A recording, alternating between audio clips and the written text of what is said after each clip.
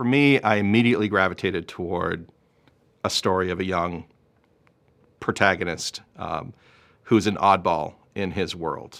There's a great wish fulfillment in the idea that you could go from a nobody to somebody of great consequence, paired with this amazing creature that is not only your best friend and your protector, but something that needs you as well. I just love those sorts of stories where there is a coming together of these two very disparate, you know, a boy and a beast, that for a while have such a deep and meaningful impact on one another's lives that even though they may go their separate ways at the end of this story, they are forever changed.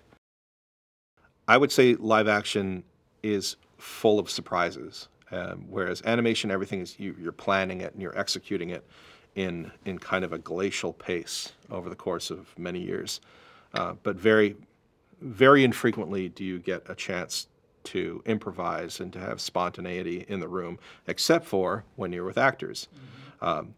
That's true of animation, but when you're in live action, it's all about that. It's about the happy surprises that are just present every day, because you have actors that are coming to you with ideas. It changes the way the scene plays out physically. It changes the spaces between dialogue and how moments are processed and whether dialogue is even necessary.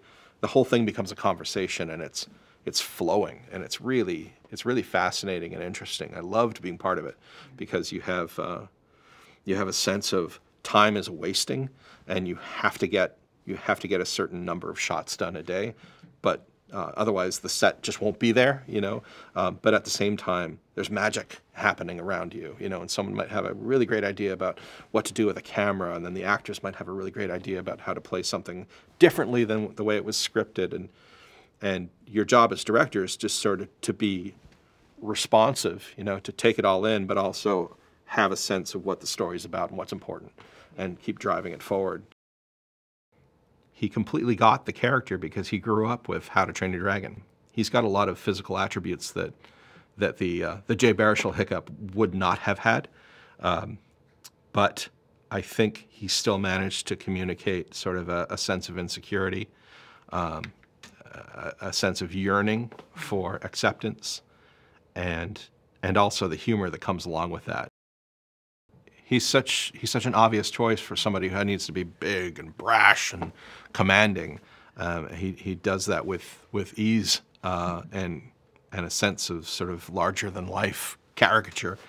But it's those tender moments that are really disarming and surprising, where I feel like he brings himself to a point of tears and vulnerability that is so convincing, I think, for parents in the audience and also kids. But I think that he was able to find a place where he could really pull out an honest, tender, heartbreaking rendition of a father who's struggling to understand his son, who has the best of intention for him, but just doesn't see the kid who's in front of him as somebody he can relate to.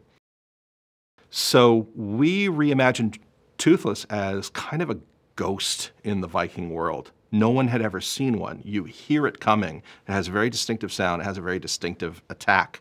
And the destruction is always devastating. But the only real glimpse that you get of the dragon is how it blots out stars when it flies across the night sky. We wanted to kind of create this sense of anticipation for what this creature would look like.